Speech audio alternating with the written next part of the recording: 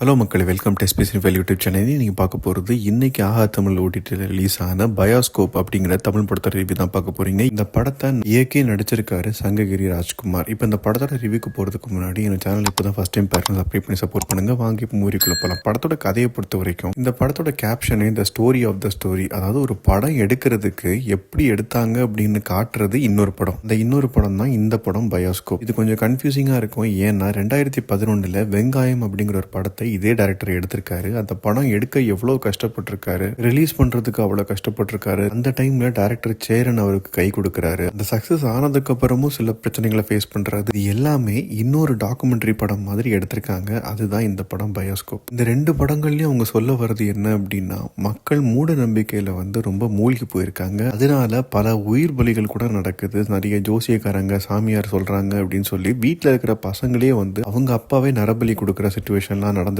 இப்படி ஒரு ரெண்டு கதையை நக்கீரன் பத்திரிகையில ஒரு ஆர்டிக்கலா வந்திருக்குது. அந்த ஆர்டிக்கலை வச்சு இந்த படத்தை எடுத்திருக்காங்க. இந்த படத்தோட பாசிட்டிவ்ஸ் அண்ட் நெகட்டிவ்ஸ் பார்க்கலாம். முதல் பாசிட்டிவ் தோன்றது, இந்த படத்தோட மேக்கிங் பாத்தீங்கன்னா ரொம்ப ஒரு ஷார்ட் பிலிமை விட ஒரு மோசமான ஒரு மேக்கிங் மாதிரி இருக்கும். ஆனா இதை ஏன் நான் பாசிட்டிவா சொல்றேன் அப்படின்னா, அந்த அளவுக்கு அந்த படம் எடுக்கிறதுக்கு அவங்க அவ்வளவு கஷ்டப்பட்டிருக்காங்க.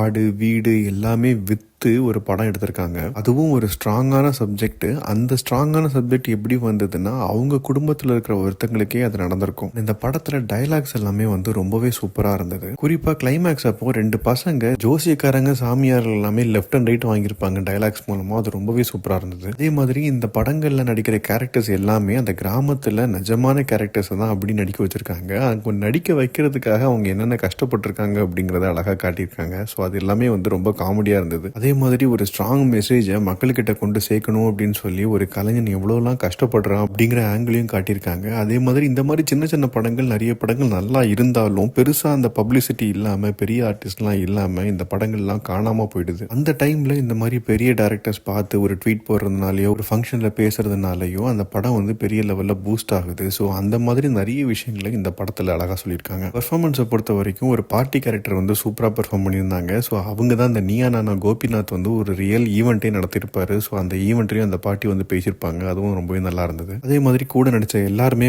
அவங்களுக்கு என்ன வருமோ அதை பெஸ்ட்டாவே கொடுத்துருக்காங்க. இதெல்லாம் தான் அந்த படத்தோட பாசிட்டிவ் சைட். நெகட்டிவ் சைட் பார்க்கலன்னா எனக்கு ஒரே நெகட்டிவாக தோன்றது, இந்த படத்துல லிப்சிங்கே இருக்காது. அதாவது எந்த கேரக்டருக்குமே ஒரு ப்ராப்பரான லிப்சிங்கே இருக்காது. டைலாக்ஸ் ஒரு சைடில் ஓடும், இவங்க வாயை அசைக்கிறது வேற மாதிரி இருக்கும். குறிப்பா இது ஹீரோக்கு தான் நிறைய இடத்துல நடந்திருக்கு. ஸோ ப்ராப்பரா நம்மளால அந்த சீனை கனெக்ட் பண்ணிக்க முடியல. மொத்தத்தில் இந்த படத்தை பத்தி சொல்லணும் அப்படின்னா, இந்த படம்லாம் பார்க்கணுமா அப்படின்னு நினைச்சிட்டு ஒரு டபுள் மைண்டடா தான் அந்த படத்தை பார்க்க ஆரம்பிச்சேன். ஆனால் போக போக எனக்கே அந்த கதையை ரொம்ப பிடிக்க ஆரம்பிச்சேன். ஃபுல்லாவே பார்த்து முடிச்சிட்டேன். ஸோ என்னை பொறுத்த வரைக்கும் இது ஒரு ஒன் டைம் வாட்சபிள் மூவி தான். ஆஹா தமிழ் ஓடிடியில் அவைலபிளா இருக்குது. நீங்க ஃப்ரீயா இருந்தீங்கன்னா பார்த்துட்டு எப்படி இருந்தது அப்படிங்கிறத கமெண்ட் செக்ஷன்ல சொல்லுங்க. அடுத்த ரிவ்யூல சந்திக்கிறேன். பாய்.